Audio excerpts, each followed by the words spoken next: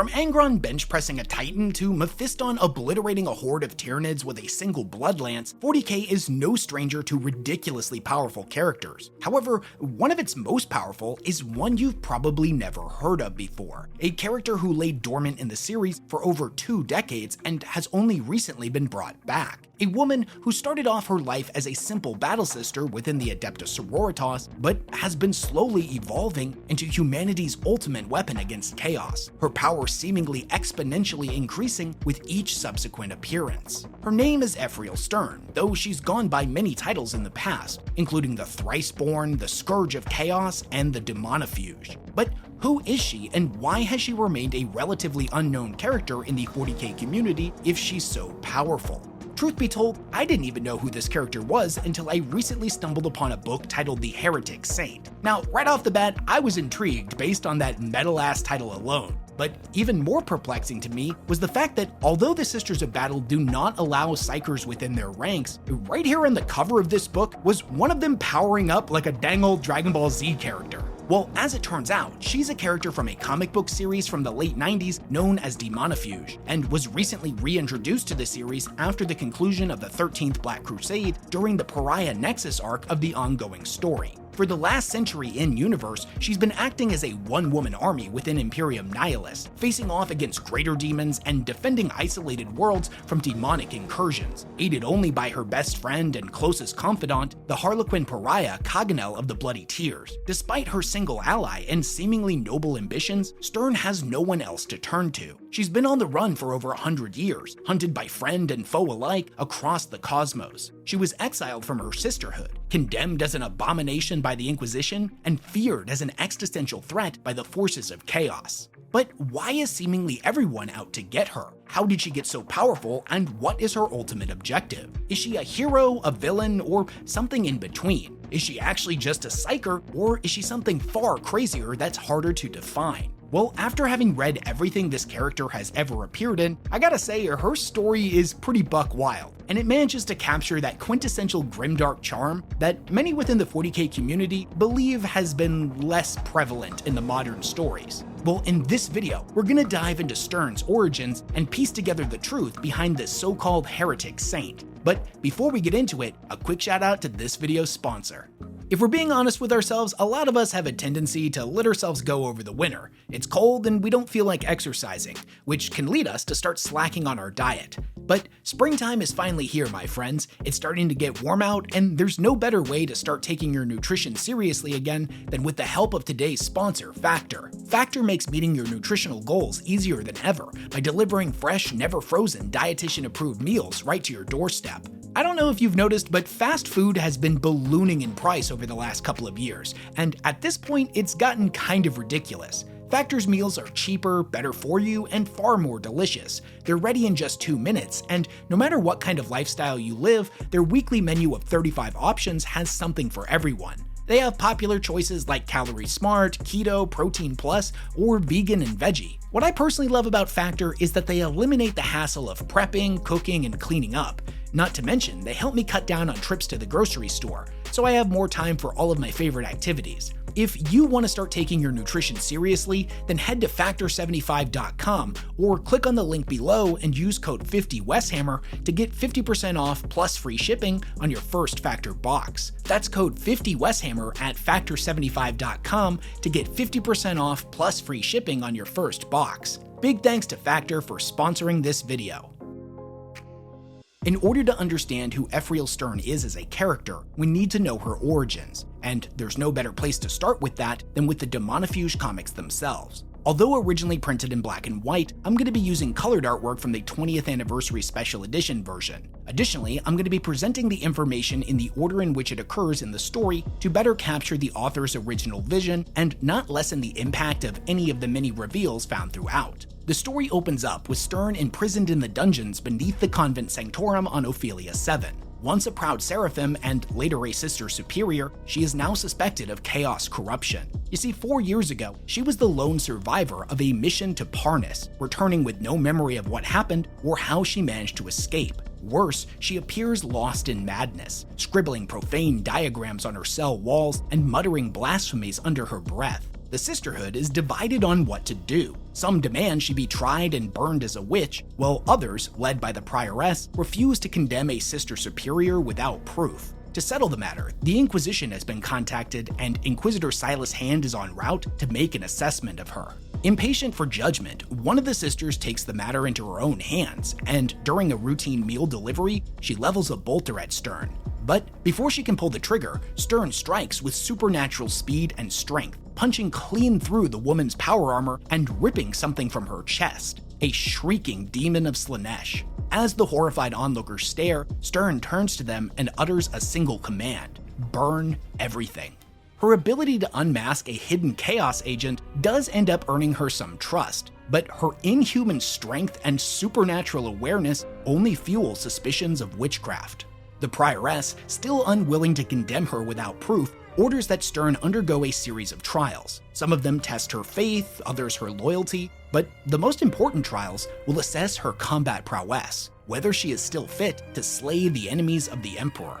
Now, during one of these combat trials against some servitors, Inquisitor Silas Hand arrives and is convinced that she is a heretic. He leaps into the arena to test her for himself. A brutal fight between the two ensues, Stern focused primarily on dodging and parrying, while Silas's relentless onslaught grows more ferocious, his condemnations echoing with every strike. The duel only ends when the prioress steps in and calls it to a halt, declaring that Stern has proven herself enough. Stern stands before the Inquisitor and states firmly that she is no heretic, and together they will move forward as allies. 2 days later, Stern undergoes the rites of reaffirmation, officially renewing her vows and restoring her purity. Though stripped of her rank of Sister Superior, she is reinstated as a Seraphim, a Sister of Battle once more. But not everyone is pleased. From the crowd, Inquisitor Silas watches on, fuming. In his eyes, this is a grave mistake. The signs of warp corruption are all too clear, and a demon of all things had been uncovered within one of the holiest sites in the entire Imperium.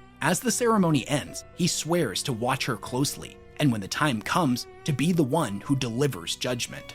After this, the story jumps forward a bit. Stern, Silas, and a force of battle sisters board the Ecclesiarchy battleship Hammer of Thor, heading back to Parnas to uncover the truth and search for survivors. What should have been a straightforward mission, however, it quickly spirals into chaos. Unbeknownst to the crew, the ship's navigator has been corrupted. Before they can act, he summons a Slaaneshi demon assassin sent to eliminate Stern. Fortunately, Silas discovers the treachery just in time, and a strike team is deployed to purge the creature before it can complete its mission. With the demon destroyed, Silas insists they immediately deploy to the planet's surface, convinced that Parnas is the true source of corruption. Shortly after the drop pod launches, however, disaster unfolds. The Hammer of Thor is ripped apart in a massive explosion. You see, Silas had underestimated the navigator's treachery. The corruption ran far deeper. With ample time to act, the traitor had sabotaged the ship's warp drive, dooming it. As they descend, the Inquisitor, who happens to be a psyker, is overwhelmed by a wave of psychic agony, experiencing the pain, fear, and confusion of all those who perished in the explosion.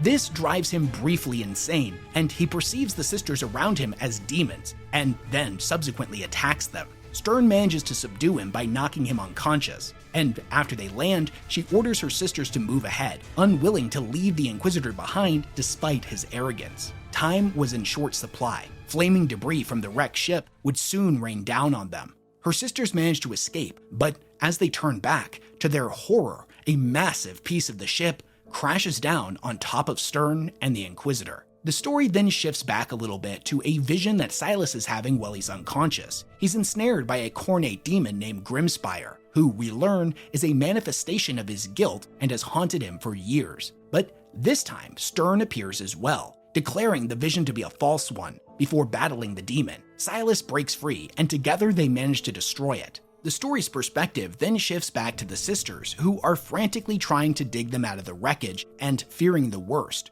only to find Stern and the Inquisitor miraculously alive. Something strange seems to have occurred here. At the very last moment, a massive burst of energy was released that carved a tunnel straight upwards through the debris, creating a cavity that protected them. Now, it's around this time that we're given a little bit more insight into what the exact purpose of this mission actually is. Apparently, there are rumors of a lost convent of the Sisterhood that has been missing for centuries, and intel suggests that this planet may be where they have disappeared to. Stern wakes up strapped inside of a rhino en route to a location that they believe is serving as the convent's base of operations. Silas, seated nearby, acknowledges the impossible from before. By all logic, they should be dead. Some external force clearly intervened to keep them alive. Arriving at a fortress perched on a cliff, he tells her that in their short time together, she has acted with honor, even at great cost. He doesn't understand what she is, but apparently neither does she, nor do the forces of chaos. That alone lends some credence to her innocence. But as the saying goes, in the grimdark future, innocence proves nothing. He warns her if he detects even a hint of corruption, he will cut her down without mercy. Though her faith is unwavering, a part of Stern fears the truth buried within her. Something happened here 4 years ago, and it was time for answers. Inside the convent, they find a blasphemy beyond comprehension, a writhing mass of fused bodies and stretched human skin, still alive and screaming in unison. The sheer psychic agony of this thing paralyzes Silas, but Stern remains unaffected, drawn into the entity. Ignoring her sister's protests, she reaches out and touches a protruding bone. At once, 700 voices speak as one, saying simply, "Welcome home." She loses control, levitating before the screaming cage as visions of the past flood her mind. The souls within the cage were once sisters of battle, but theirs was no ordinary convent. Unlike others, they were not warriors. They were scholars of chaos, devoted to understanding the enemy in order to destroy it. Centuries ago, they discovered a bound greater demon of Slaanesh encased in ice. Rather than destroy it, they saw an opportunity. By studying it, they could expose Slaanesh's weaknesses. For 300 years, they toiled in secret, severing all ties to the Imperium to prevent discovery. Many fell to the demon's whispers and had to be purged, but the research was too important. It continued until disaster struck.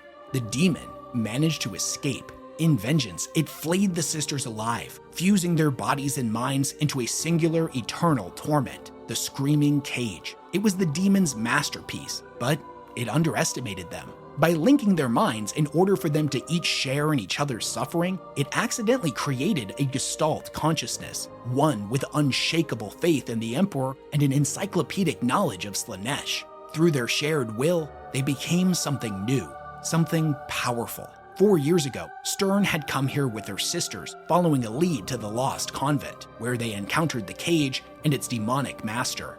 They were slaughtered to the last, but Stern refused to fall. Even as the demon inflicted horrific wounds, she defied it. In her final act of resistance, she leapt from the cliffs, choosing death over corruption. Her body was destroyed, but her soul remained untouched. Seeing her purity, the Cage sisters acted, resurrecting her through their faith. To protect her, they made her stronger, faster, immune to Chaos's touch, but at a cost. Her memory was shattered, leaving her with only a single thought echoing through her mind: run.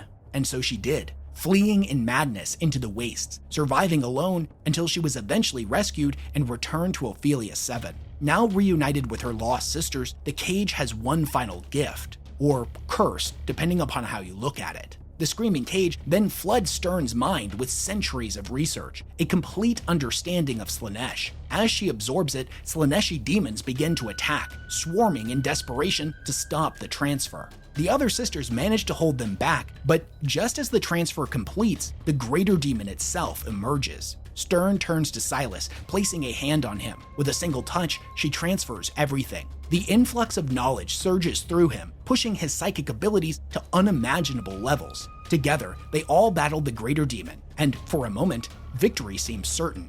But sensing its defeat, the demon opens a warp rift and tries to escape. Stern moves to pursue, but Silas stops her. Understanding the importance of the information bestowed upon them by the Screaming Cage, he declares that she has a greater role to play. He and the remaining battle sisters would finish the demon off, but she had to escape. The knowledge within her must reach the ecclesiarchy. They need to know everything, he says. Once again, Stern runs, fleeing as Silas unleashes his newfound power in a cataclysmic explosion, leveling the fortress, the mountain, and everything within it. Out in the wastes, she swears to honor their sacrifice, the Cage Sisters, the Battle Sisters, and even the Inquisitor himself. She is a weapon of light, forged to destroy chaos, and she will not stop until every last one of them is avenged. For 8 months, Stern survives alone in the wastes, until one night she receives a vision from Silas bearing bad news. The demon had managed to escape, and now Chaos knew she was alive. Worse, it knew what knowledge she carried, and would stop at nothing to silence her. Determined to preserve what she had learned, Stern begins transcribing her inherited knowledge from the Screaming Cage into what becomes known as the Stern Codex, an encrypted thesis on the nature of Slaanesh, bound in steel and baptized in her own blood to counteract its inherent heresy. Although the knowledge is still in her head, this book will serve as a backup if she is slain. Help finally does arrive in the form of the Black Templars, who have been sent to investigate the fate of the Hammer of Thor and locate both her and Inquisitor Silas. Among them is Septimus Grin, another Inquisitor disguised as Brother Gideon, embedded within the Templars to root out corruption. When they find Stern, she initially believes she is safe, back among allies, but that illusion shatters quickly. A thrall aboard the ship identifies her as the alien infidel, the Thrice-Born, the heretic prophesied to corrupt the Golden Throne and bring ruin to countless worlds. Confused, she tries to protest, only for Captain Malachi to strike her down and beat her nearly unconscious. Grin objects, but the captain reminds him to know his place. The brutality only comes to an end when a high-ranking cardinal of the ecclesiarchy steps in. Stern, shaken but pragmatic, places her trust in him and recounts everything that has happened. But what follows is a rapid series of revelations that leave both Stern and the reader reeling. You see, the cardinal is corrupted. When he tries to grab the Stern Codex from her, it burns him, not because it is heretical, but because it is holy, repelling chaos. Now, the Inquisition and Inquisitor Grin had no idea who Stern was. She wasn't really important in this, but they had suspected the Cardinal of heresy, hence why he has disguised himself as a member of the Black Templars. Worse, not only is the Cardinal compromised, but so is Captain Malachi and most of the Templars aboard. Now surrounded by enemies, Grin reveals his true identity to her, saying that he is her ally, and together they fight back. The Inquisitor battles against the captain while Stern faces off against the Cardinal, discovering that she can now unleash blasts of energy, something she had never been able to do before. Despite the accusations of witchcraft, she is no psyker. The Cardinal, now fully unmasked, transforms into a massive, ever-growing demon. With no other option, Stern and Grin escape using a teleporter, jumping to the Inquisitor's ship that isn't that far away, after which his ship turns its guns on the corrupted one and detonates it. With the mission a success, the inquisitorial team must now decide what to do with Stern. She has proven her loyalty, but her psychic powers mark her as a witch. They arrange a rendezvous on the shrine world of Gathalamor, summoning both Stern's sisters from Ophelia 7 and the demon hunters of Ordo Malleus. For the first time, things seem like they're going Stern's way, until later on, she has another vision from Silas that shatters that hope. The Ordo Malleus was laying a trap. It didn't matter who vouched for her, whether her sisters or the crew aboard this particular vessel believed she was innocent. The Ordo Malleus didn't understand her. They didn't know what she was, and they feared that which they did not understand. They weren't sure if they would be able to control her, and that uncertainty made her dangerous. They would capture her, they would torture her, and ultimately, they would kill her. Her fate had already been decided. The story jumps forward a little bit and over to Gathalamor, where representatives from Ophelia 7 and Ordo Malleus are clashing over Stern's fate. Malleus refuses to give her a trial. She is a heretic, and the Inquisition would be taking her into custody. The sisters protest, but the Inquisitors remind them that they were harboring a witch. If they push further, the Ordo Malleus may respond with a full-scale witch hunt against the Adepta Sororitas. Unwilling to risk thousands of lives, the sisters make a painful decision. Ephrael Stern is dead to them. Now, back aboard the ship, Gideon and Stern prepare to teleport to Gathalamor's surface. Stern hesitates, knowing what awaits her, but she steels herself. The moment after they depart, the teleportarium flares back to life, and Ordo Malleus springs their trap. While she is teleporting, a squad of Grey Knights arrives in her place to purge everyone aboard this vessel who aided her so far. Instead of arriving instantly, another strange event occurs, where Stern finds herself trapped in a void with Silas. He reveals that this is a pivotal moment in her life, and she has multiple paths in front of her. One of those paths leads to her immediate execution, another to endless torture. But the third, the path of the demonifuge, is uncertain, full of sacrifice and unimaginable horror. To survive, she would have to find someone known as the Pariah and deliver her codex to the guardians of the Black Library. Then, the vision fades. She materializes, surrounded by Grey Knights and members of Ordo Malleus with weapons trained on her. Grin is gunned down, but Stern unleashes her abilities and barely manages to escape. One of the Inquisitors, who is now mortally wounded, condemns her with his final breath, labeling her an abomination, heresy made flesh. There would be no more attempts to capture or study her. From now on, she was to be killed on sight. Stern, now a fugitive, moves through the crowds, keeping her face hidden, the words renegade, heretic, outcast echoing in her mind. At one point, she's attacked by a group of gangers, but dispatches them with ease. After this, she's taken in by a group of outcasts, their leader telling her that he has seen her in visions. The Emperor had guided her here, but her fate lied elsewhere. He tells her that she has to find the Weeping One, the Pariah, but before he can say any more, their hideout is raided. Once again, she is forced to fight for her life. Once again, she manages to slip away, and then disguises herself as a pilgrim to board a shuttle to a distant shrine world. But before she reaches safety, the ship ends up getting attacked by the Dark Eldar. Captured and enslaved, she is taken to Camorra, where she will be forced to fight within the witch cult arenas under Lord Anhor. There's a time jump here, and we're told that Stern has spent years fighting as a gladiator, keeping her abilities hidden, knowing that the drukhari's hatred of psykers would mean instant death for her. Despite her suffering, she survives, guided by visions that insist this is where she is meant to be. One day, she ends up getting ambushed by a group of mandrakes, seeking vengeance for a perceived slight against their employer during one of her recent victories. However, she ends up getting saved by a Harlequin warrior named Mensha Luet Kaganel, the Knight of Shadows, the pariah she has been seeking.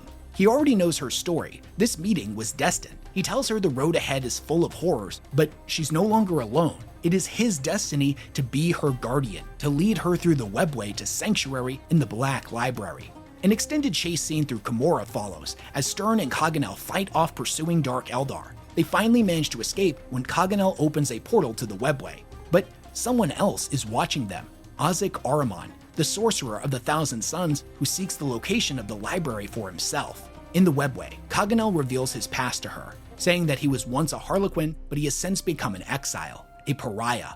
Perhaps by aiding Stern, he will be able to find some form of redemption with them. They are alike, both betrayed by those they trusted. He warns her that the Thrice-Born, her final resurrection, is coming, though he cannot say what form it will take. Their goal is clear: the Black Library, the Eldari's sacred repository of chaos knowledge, gathered over millions of years. Everything Stern knows must be preserved there.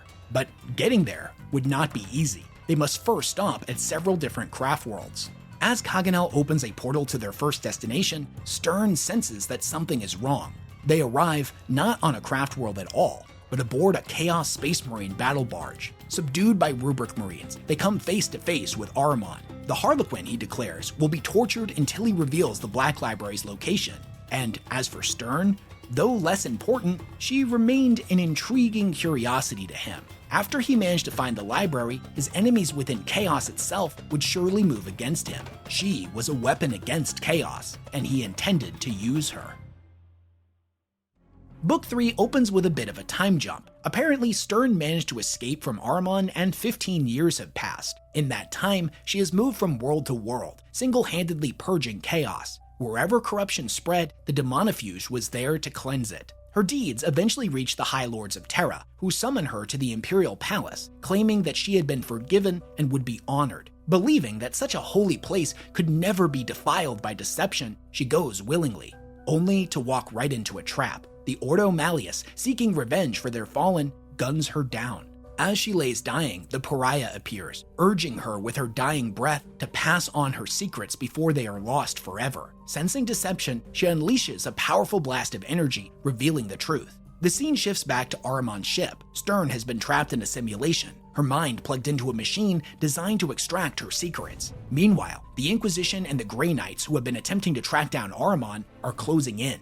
As the Grey Knights teleport aboard, chaos erupts. Stern, sedated and weakened, breaks free but cannot fight back. Ahriman uses this opportunity to seize her, pressing a gun to her head. He demands the Grey Knights back off. At first, the Grey Knights are kind of indifferent. They don't know who she is and don't really care, until one of them recognizes her as a high-priority target wanted alive. In a moment of clarity, Stern realizes that she's been reduced to an object, sought after by all factions, loyalist and traitor alike. To Chaos, the Imperium, and even her supposed allies, she was nothing more than a weapon, an asset to be exploited. Accepting her fate, she swipes a dagger from Ahriman's side and plunges it into her own chest. Ahriman, having lost his leverage, flees in a shuttle. The Grey Knights recover Stern's body and also depart. Knowing he is outmatched, the pariah silently slips away, opens a webway portal, and vanishes, certain this will not be their final encounter.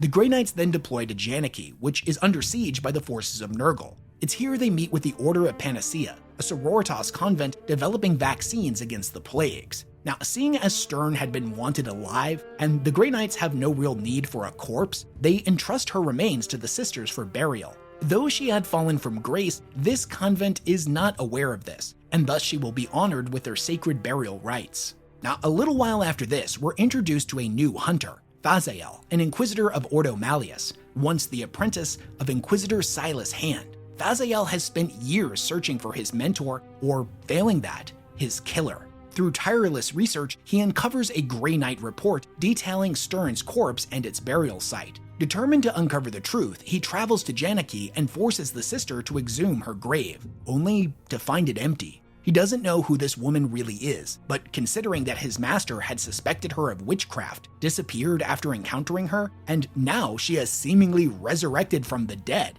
he's absolutely convinced she is a dangerous heretic, an abomination responsible for his master's fate. Whatever dark gods were protecting her, they would not shield her from his vengeance. He swears to bring the Emperor's justice upon her. He will suffer not the witch to live. Another time jump occurs, and we find ourselves deep within the planet's jungles, where Astra Militarum regiments are struggling to push back hordes of Nurgle demons. However, the real threat isn't just the enemy. It's the plagues infesting the land, wiping out entire squads. Rumors spread of a mysterious woman in white who appears out of nowhere, performing miracles. She heals the afflicted and aids them in purging the unclean, only to vanish without a trace once the fighting ends. The Inquisitor, following these whispers, interrogates commanders in the Janaki Delta. One tries to withhold information from him, which proves to be a grave mistake, as lying to an Inquisitor is punishable by death. Tracking her last known location, he finds her healing a soldier, who he immediately executes. Before he can turn his gun on her, the pariah opens a portal and tries to pull her to safety. But something is wrong. Stern is incoherent, mumbling, not herself. The Inquisitor seizes the moment, destroying the webway key maintaining the portal. The pariah falls through, leaving the Inquisitor with undeniable proof of her collaboration with Xenos. Before he can finish her off, they are ambushed by a demon horde. Still dazed, Stern reacts on instinct, unleashing a burst of energy that disintegrates the attackers. The pariah seizes her by the wrist and drags her to safety as the Inquisitor and his forces pursue. Stern's mind is a haze. Just like before, resurrection has left her with amnesia. Slowly, she manages to piece it together. She died, awoke in a coffin, and refused to rest. It's then that she remembers her purpose and turns to the pariah. She declares that the Thrice-Born, the weapon of light, the scourge of chaos, the demonofuge, was done running.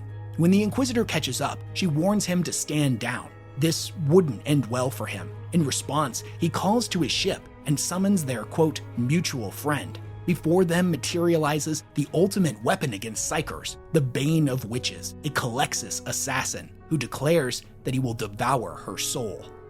And fun fact, this is where the series officially ended, on a massive cliffhanger. The reason for its cancellation remains unclear, but years later, a short 7-page spread was released online for free, providing a quick resolution. These pages would, however, subsequently be pulled down, and for years, new fans of the comic had no idea how the story actually ended. Even to this day, unless you have a copy of the 20th anniversary edition, there's no actual way that I'm aware of to legally read the ending for yourself, which is ridiculous. But don't worry, I spent way too much money and bought a copy for myself off eBay, so if you're one of those people that have for decades been wondering how the story ended, I've got you covered.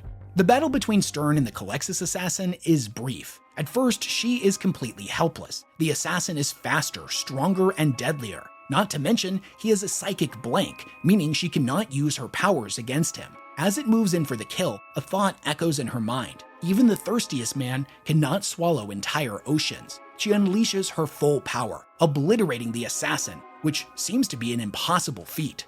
The Inquisitor opens fire, but Stern now controls her abilities with ease. The energy is a living force within her. Before she can finish the fight, Kaganel intervenes, reminding her of his promise. Answers await. Stern spares the Inquisitor, warning that he will not be given a second chance. Before stepping through a portal to continue their journey to the Black Library, she delivers the truth. Silas Hand died fighting the great enemy, and this Inquisitor's bitterness only dishonored his memory. As she and the pariah vanish, the Inquisitor vows once again to hunt her down and deliver the Emperor's justice.